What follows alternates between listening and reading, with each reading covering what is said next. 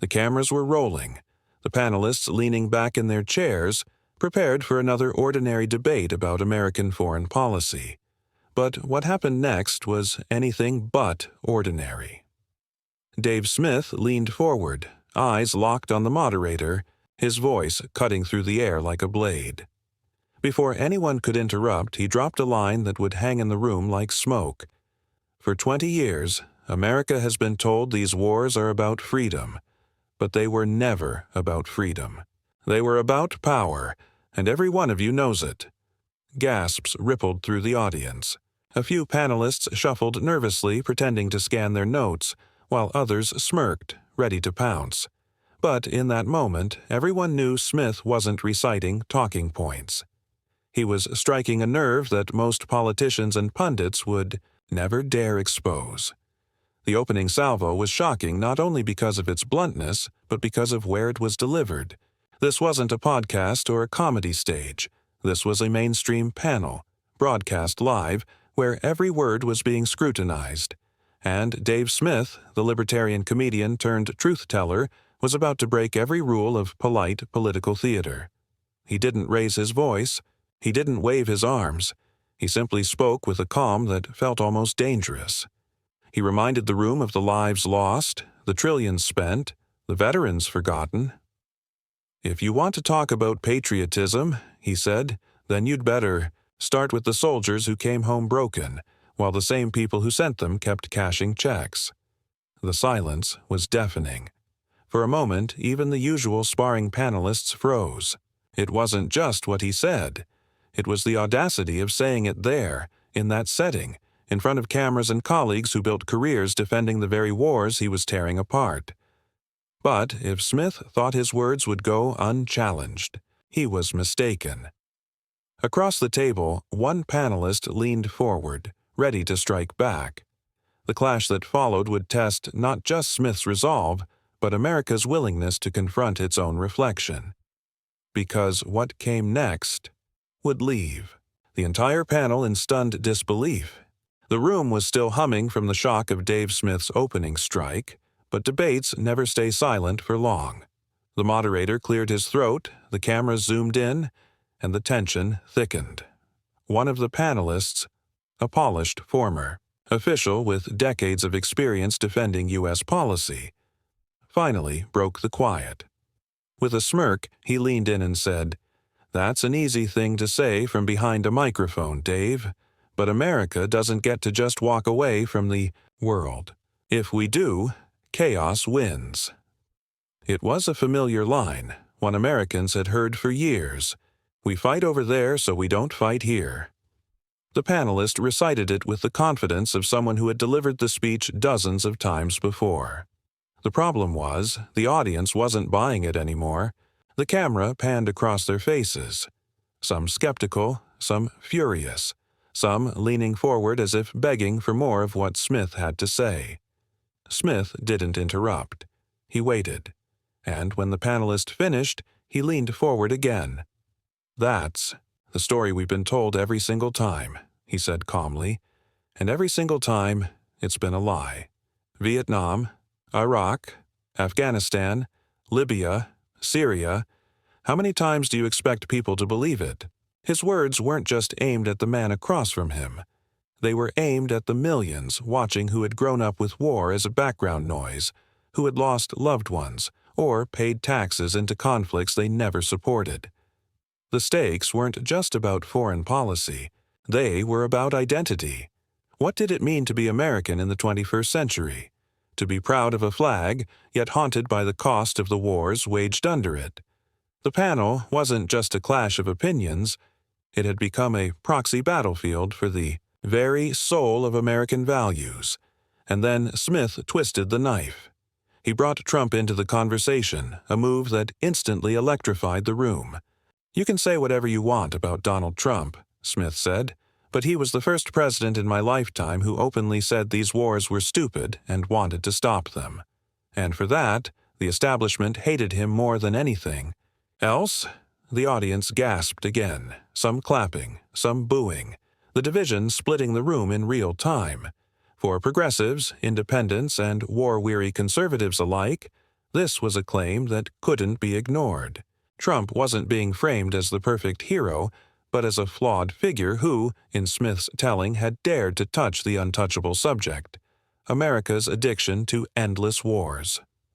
By invoking Trump, Smith had raised the confrontation into dangerous, new territory. The panel wasn't just debating policies anymore, they were debating power, corruption, and betrayal at the highest levels. Suddenly, this wasn't just about history, it was about the present, about choices being made in real time, about whether America had the courage to face its failures. And yet, even as Smith landed blow after blow, the opposition wasn't finished. Across the table, another panelist, red-faced and restless, slammed his hand on the desk. "Enough," he barked. "You're twisting facts, Dave. You're romanticizing a man who nearly destroyed democracy itself." The room erupted, voices colliding, the moderator struggling to regain control. But through the noise, one thing was clear. The confrontation had moved past politeness. The gloves were off, and what Dave Smith was about to reveal next would turn the entire debate into a moral reckoning. The man across from Dave Smith, the one who had slammed his hand on the desk, wasn't just another talking head. He was the embodiment of the establishment Smith was calling out. His resume glittered with prestige: Ivy League degrees, years in government service, countless television appearances. To many viewers at home, he represented credibility. But to Smith, and to millions of disillusioned Americans, he represented something darker: the arrogance of a system that had never been held accountable. He had been there during the invasion of Iraq, offering polished justifications about weapons of mass destruction. He had appeared on primetime shows during the surge in Afghanistan, promising that victory was just around the corner if only Americans stayed the course. And when Libya collapsed into chaos after U.S. bombs fell, he was back again, assuring the public that it was all part of promoting democracy. But what the cameras never captured back then, and what Dave Smith was exposing now, was the trail of broken promises, the human cost hidden behind sound bites. The antagonists' polished words had smoothed over tragedies that never should have happened. Every speech, every defense had been a brick in the wall that trapped America in a cycle of endless conflict. To Smith's audience, this man was not just a panelist. He was a symbol of betrayal. He had sent other people's children to fight wars while his own career thrived in air-conditioned studios and secure government offices. He had learned to talk about war as if it were chess: strategy, moves, counter-moves, while real people bled, starved, and buried their dead. And yet, he never appeared ashamed. Tonight, on the panel, his smirk remained intact. He looked at Smith with the disdain of someone who had always assumed the narrative belonged to him. But something about Smith's calm refusal to back down rattled him. He had spent his career in circles where everyone nodded politely, where dissent was minimal, where challenging the war machine was unthinkable. Now, live on air, that shield was cracking. The villain's arrogance didn't come from ignorance, it came from entitlement. He genuinely believed that his worldview was the only one that mattered. He believed that Americans needed his steady hand to interpret the world, for them to filter the chaos into bite-sized talking points. And he believed that anyone like Dave Smith, outsider, comedian, libertarian, was simply unqualified to speak the truth. But the irony was brutal. While he preached stability, the wars he defended had unleashed chaos across the globe. While he insisted America was making the world safer, terrorism spread wider, dictators rose stronger, and refugees fled in numbers unseen in decades. Each failure was repackaged as proof that more intervention was needed. Each mistake became justification for another. The more Smith spoke, the more the villain's past came into sharp relief. He had cheered on policies that enriched defense contractors, drained American taxpayers, and devastated foreign nations.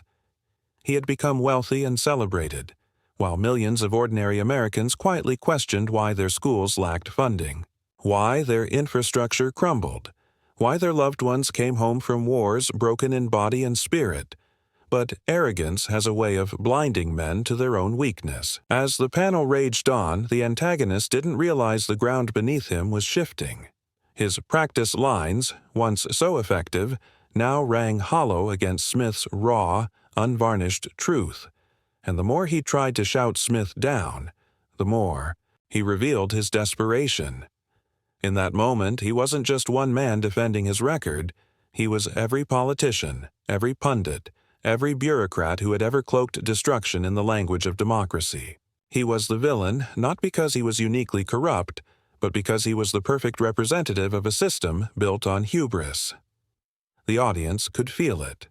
Online, tweets were already forming, clips were already being cut, hashtags already bubbling, and truth, V's power, Dave Smith was right. And with each passing second, the contrast sharpened. Arrogance versus dignity, careerism versus conviction, the establishment versus the truth. But Smith's own story had not yet been told.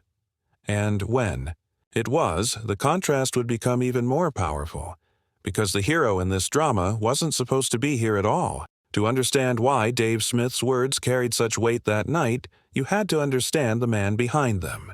He didn't come from the polished corridors of Washington. He wasn't bred for politics in prep schools or groomed in think tanks. His path to that panel was jagged, unexpected, and deeply human. And that was exactly why millions saw themselves in him. Smith grew up far from the marble halls of power. He was raised in an ordinary American household where bills weren't just numbers on paper, they were stress etched into his parents' faces. He wasn't handed privilege, he was handed reality. That reality shaped him into someone who questioned authority, not because it was fashionable, but because blind obedience was a luxury his family couldn't afford. Comedy became his outlet.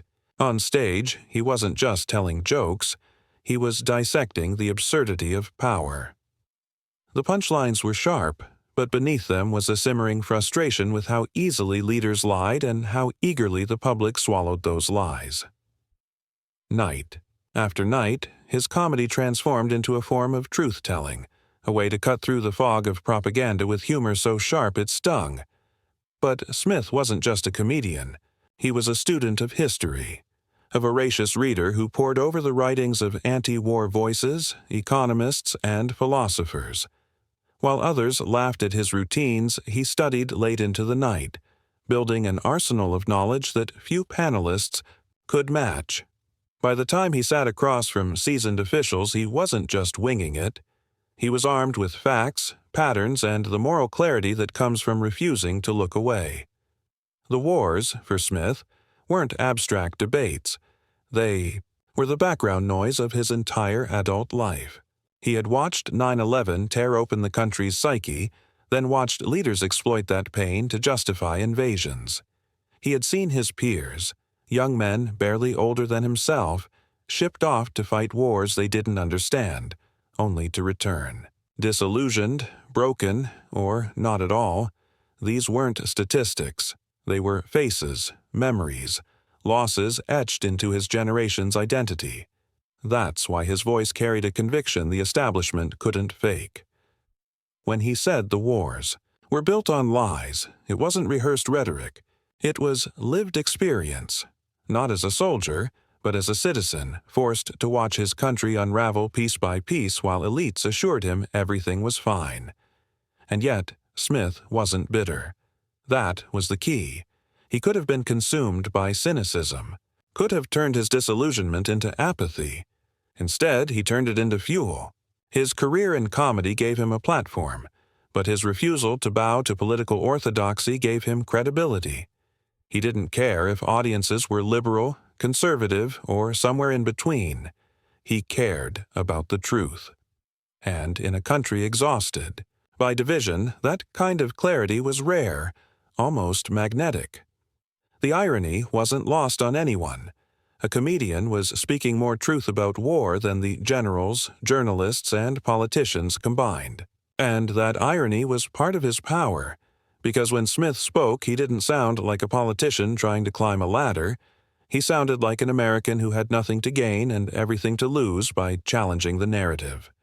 And that's what terrified the establishment. They couldn't box him in. They couldn't smear him as a partisan puppet because he wasn't playing their game. He wasn't defending one side of the aisle while ignoring the sins of the other. He was calling out everyone, left, right, and center, who had profited from endless war. That's why, on that stage, Smith wasn't just another panelist. He was the embodiment of a larger force, ordinary Americans who had been ignored, lied to, and drained by 2 decades of conflict. He was their voice, their frustration, their demand for accountability. And the deeper his backstory unfolded, the more obvious the contrast became. Across from him sat the polished face of the establishment, a man who had built his career justifying war. Beside him sat Smith, the unpolished, unscripted comedian who had clawed his way into the spotlight not with money or power, but with raw conviction. This was the clash America didn't know it was waiting for. Not Democrat versus Republican, not left versus right, but truth versus spin. Authenticity versus arrogance. Humanity versus the machinery of war. Smith's journey had prepared him for this moment. Every late-night study session, every comedy bit that cut deeper than a laugh, every frustration he carried from seeing his generation betrayed, it all converged here. That was why his calm carried weight. That was why his words felt like a scalpel slicing through decades of deception. The audience didn't just hear his arguments. They felt them. They saw in him someone who had no reason to lie, no career to protect by parroting the establishment, and in that authenticity lay a power stronger than any credential. But authenticity has a cost. And as the debate pressed forward, Smith was about to face the establishment's full fury. The escalation was coming, the insults would fly, and the calm truth-teller would be forced to withstand the storm. Because when dignity faces arrogance on live television, sparks don't just fly, they ignite wildfires. The gloves were off. The antagonist leaned forward, his face flushed, his voice sharpened with indignation. "Mr. Smith, it's easy for someone who's never held office, never sat in a situation room to sit here and throw stones. You don't understand the complexities of global leadership. You don't understand the threats we face." His tone wasn't just condescending. It was meant to belittle, to strip Smith of credibility before the audience could fully absorb his words. But Smith didn't flinch. He let the words hang, let the arrogance reveal itself.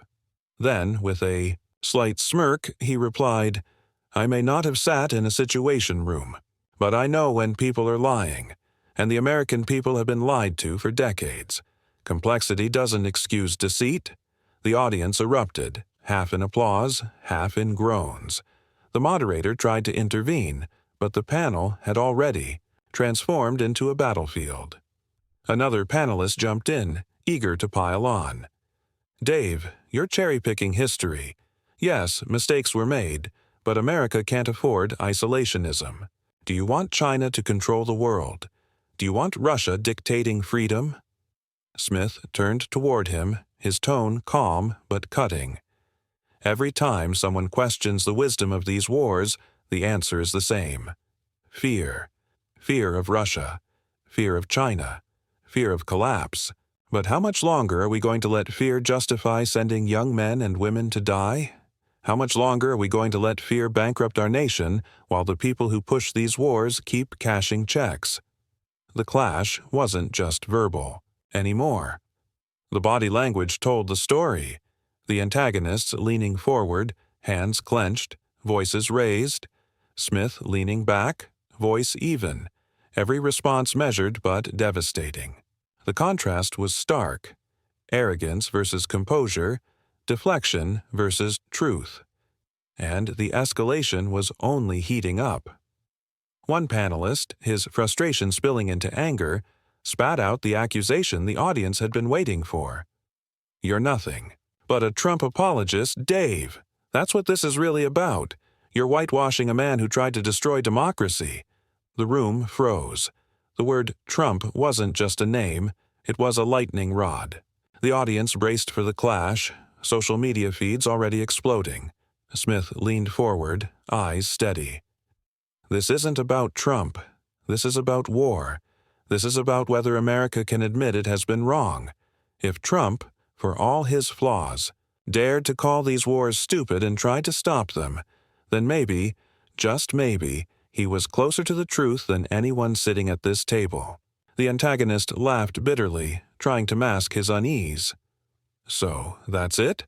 That's your great defense? Pointing to a failed president as proof that you know better than the experts?" Smith didn't laugh. His voice dropped lower, steady, dangerous. "No. My proof is the graves. My proof is the soldiers who can't walk. My proof is the children in the Middle East who grew up under drones. That's my proof, and none of your expertise changes it." The silence that followed was electric. It wasn't total. Some scoffs, some gasps, some murmurs, but the weight of his words pressed down like a storm cloud. The escalation had reached its breaking point. The antagonists had thrown every insult, every deflection they could muster. Smith had absorbed it all and turned it back on them. But the battle was far from over, because the moment that would define the night, the mic drop counterattack, had not yet arrived, and when it did, it wouldn't just silence the panel. It would echo far beyond the studio. The tension in the room was thick enough to cut with a knife. The panelists were restless, shifting in their seats, their faces flushed with the heat of the exchange. The audience leaned forward, some captivated, others visibly unsettled.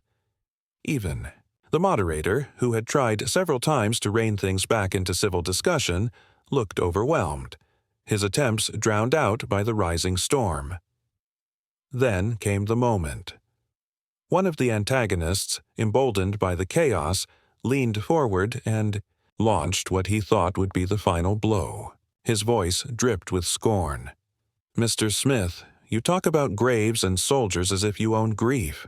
But where were you when decisions had to be made? Where were you when leaders had to weigh the lives of thousands against the safety of millions? It's easy to sit here and act righteous after the fact. But the truth is, you're exploiting tragedy to score political points." The words struck like a slap. Gasps rippled through the crowd. Exploiting tragedy? The accusation was bold, venomous, and dangerously close to character assassination. The panelist smirked, convinced he had finally landed the knockout punch. But Dave Smith didn't recoil. He didn't stutter, didn't lash out. He paused. He let the silence stretch long enough to make the room uncomfortable. His eyes scanned the audience, then returned to his accuser. And when he spoke, his voice was calm, almost too calm.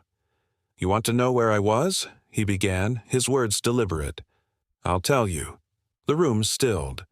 I was in a cramped living room in Ohio, sitting with a mother whose son had come back from Iraq in a box draped with the American flag. I was in a kitchen in Texas, with a father who couldn't stop shaking as he told me how his boy signed up because he believed the politicians when they said it was for freedom. And I was at a gravesite in Pennsylvania, standing beside a widow who held her child's hand as they lowered a young soldier, her husband, into the ground. That's where I was. The audience froze. You could hear a pin drop. Smith's voice grew sharper but still controlled. "And you dare to say I'm exploiting tragedy? No. The real exploitation is sitting right here on this stage. The real exploitation is the men who stood behind podiums and cameras and told the American people that these wars were just, that these sacrifices were necessary. The real exploitation is the corporations that made billions selling bombs while soldiers bled and families wept." The smirk vanished from his opponent's face. The audience erupted. Applause, shouts, the kind of raw, unfiltered energy that shifts the momentum of an entire debate. But Smith wasn't finished. He leaned closer, his eyes locked on the panelist, who had tried to corner him. "You say I wasn't in the room when those decisions were made? You're right, I wasn't, and thank God I wasn't, because I would never have signed off on the lies that sent thousands of young men and women to die for nothing. I would never have looked the American people in the eye and sold them a war I knew was unwinnable." The moderator tried to interject, his voice trembling, but the crowd drowned him out. Smith had seized the moment, and he wasn't letting go. He turned now to the entire panel, his voice steady but blazing with conviction. "You want to talk about expertise? About who sat in the room? Fine, let's talk about it. Because the same so-called experts who sat in those rooms, they've been wrong again and again. Wrong about Iraq. Wrong about Afghanistan. Wrong about Libya. Wrong about Syria. They've left a trail of destruction so vast it can be seen from space. And now you want to stand here and lecture the American people about trust?" Applause thundered through the room. People rose to their feet. Some panelists sat frozen. Others scribbled notes furiously, but the power dynamic had shifted completely. Smith delivered the final strike, the true mic drop. His voice dropped lower, commanding attention. "You call me naive, because I refuse to worship at the altar of endless war. You call me unqualified because I haven't sat in your rooms of deception. But let me tell you something. I don't need to sit in your rooms. I sit in the living rooms of America, and the people are done with your lies." Silence, then an explosion of applause. The studio audience was on its feet. Even those who disagreed with him couldn't deny the force of his words. The antagonists had thrown every attack they could muster, but Smith had turned them all into fuel, and delivered a blow that would echo long after the cameras stopped rolling. The moderator, visibly shaken, struggled to regain control. "Ladies and gentlemen, please, let's move on to closing statements." But the moment had already been sealed. The debate wouldn't be remembered for statistics or policy jargon. It would be remembered for that exchange, for the night one man stood against the weight of an entire establishment and refused to be silenced. And in the world of modern politics, where clips go viral in seconds, Smith's words were already destined for replay. The mic drop had landed. The internet would do the rest. The studio lights dimmed, the cameras cut, and the moderator's strained smile barely held the room together. But the energy in the air told a different story. Everyone, the panelists, the audience, the crew, knew they had just witnessed something that would not stay contained within those walls. It was only a matter of time before the outside world lit up, and the outside world didn't wait long. Within minutes, clips of Dave Smith's counterattack began flooding social media. One shaky phone recording from the studio audience hit Twitter before the credits had even rolled. The caption was simple. "He just said what no one else has the courage to say." By the time Smith had stepped off the stage and into the hallway, that clip had already crossed 500,000 views. Newsrooms scrambled. Producers barked orders into headsets. "Get the Smith clip now. Run it top of the hour." On cable news, the replay loop began almost instantly. Anchors leaned forward with wide eyes, their voices caught between shock and intrigue. This moment, one analyst admitted reluctantly, could redefine how Americans talk about these wars. By midnight, hashtags like Dave Smith Truth and Iho Stop Endless Wars were trending across platforms. TikTok edits spliced his words with images of soldiers returning home in caskets, intercut with politicians smiling at banquets. Instagram Reels paired his mic drop line. "I don't need to sit in your rooms.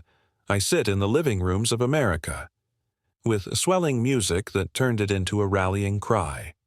And then came the avalanche of reactions.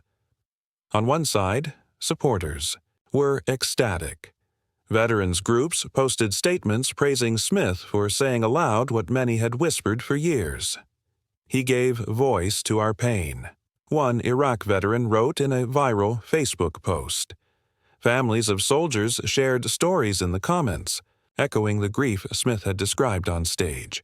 College students reposted the clip with captions like, "Finally, someone telling the truth." But the backlash was just as fierce. Establishment pundits called him reckless, irresponsible, even dangerous. Editorial boards accused him of undermining America's credibility abroad. One panelist from the debate appeared on a morning show. The next day, visibly rattled, claiming Smith had weaponized emotion and disrespected those who made the hard choices. Yet even in their criticism, they couldn't stop replaying the moment, spreading it further with every broadcast.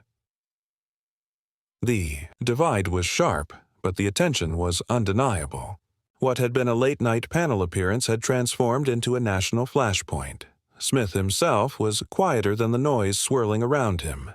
In a small green room after the debate, he sat with a bottle of water, scrolling through the storm on his phone.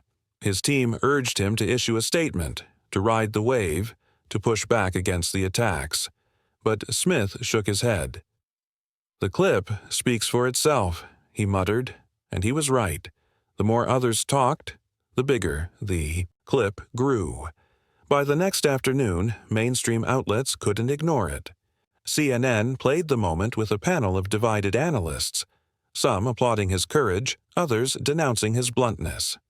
Fox News ran it with a chyron that read, "Dave Smith destroys endless war narrative." MSNBC warned of populist demagoguery, yet played the entire segment twice in 1 hour. Even late-night comedians, usually dismissive of political outsiders, couldn't resist. One joked, "When a libertarian comedian becomes the most serious voice in the room, you know Washington has a problem." The studio audience laughed, but the applause that followed was telling. It wasn't just a punchline.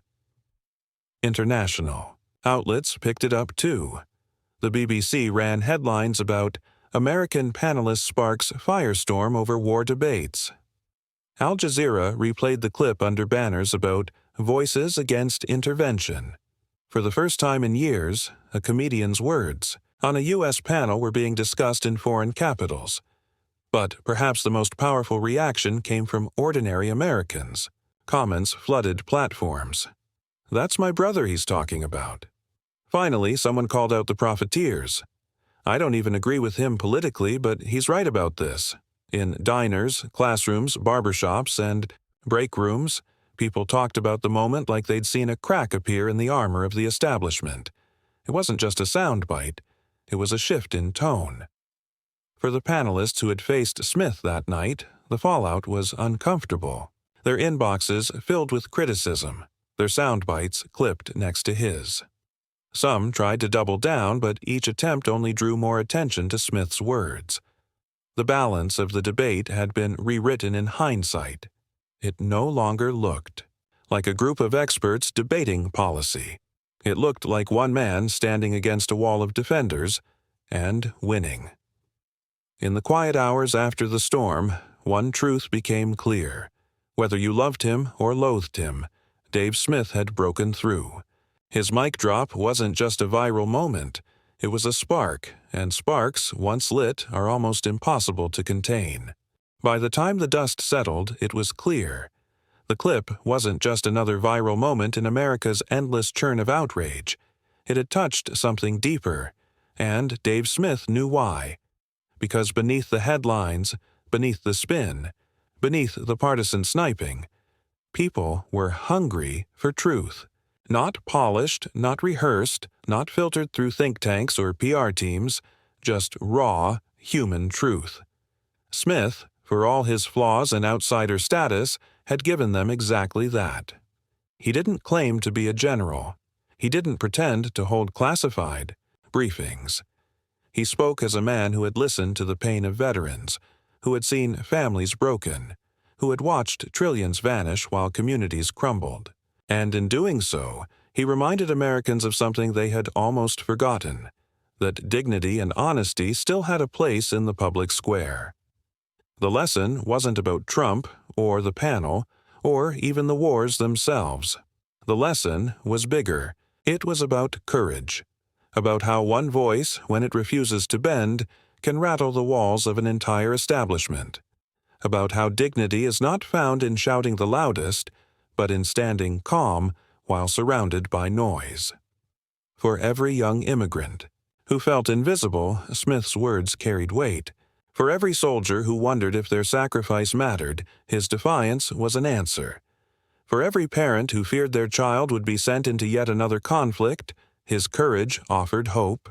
And in the end, that was the moral clarity that rang louder than any headline, that truth matters more than titles, that dignity outweighs arrogance, that America, at its best, is not a country of fear, but of resolve. As Smith later told a small crowd at a town hall, it doesn't take power to tell the truth. It takes faith. Faith that if you speak with honesty, someone out there will hear it. And if enough people hear it, things can change. The applause that night wasn't explosive or frenzied. It was steady, warm, almost reverent. People weren't cheering for a viral clip. They were cheering for a principle, a reminder of who they could be if they chose dignity over deception. And that's why the moment endured. Not because it was sensational, but because it was human. Because in a time of endless spin, one man had stood against the tide and chosen to tell the truth. That choice, simple, stubborn, and unshaken, became his legacy. And in the hearts of those who heard him, it planted a seed. That courage could be contagious, that integrity could still matter, and that even in the noisiest of rooms, calm conviction could silence them all. And so, the night that began as just another panel debate ended as something far greater. A single voice, calm, steady, unyielding, cut through the noise and reminded millions that truth still matters. Dave Smith didn't walk onto that stage with the backing of powerful lobbies or the shield of political office. He walked in with nothing more than conviction, and that conviction proved stronger than the chorus of arrogance around him. This wasn't just about a debate. It wasn't just about policy or even about Trump. It was about the deeper battle between dignity and deception, between honesty and fear. And in that battle, the quiet courage of one man left the nation talking, arguing, sharing, remembering. The ripple effects are still spreading. People who never cared about politics are replaying his words. Veterans are nodding through tears. Young Americans are asking questions that the establishment never wanted to hear. That is the power of truth. Once spoken, it cannot be unsaid. But here's the real question. What happens next? Does this moment fade into the endless cycle of headlines, or does it become the spark that lights something bigger? That answer depends not on Dave Smith, not on the panelists, not even on the politicians. It depends on us. If you believe in honesty over spin, if you believe in dignity over arrogance, if you believe America can be better than endless wars and empty promises, then don't let this moment die. Share it, talk about it, stand with it, because silence protects the liars. But truth belongs to all of us. This is Redline Politics. Stay subscribed, stay vigilant, and above all, stay fearless.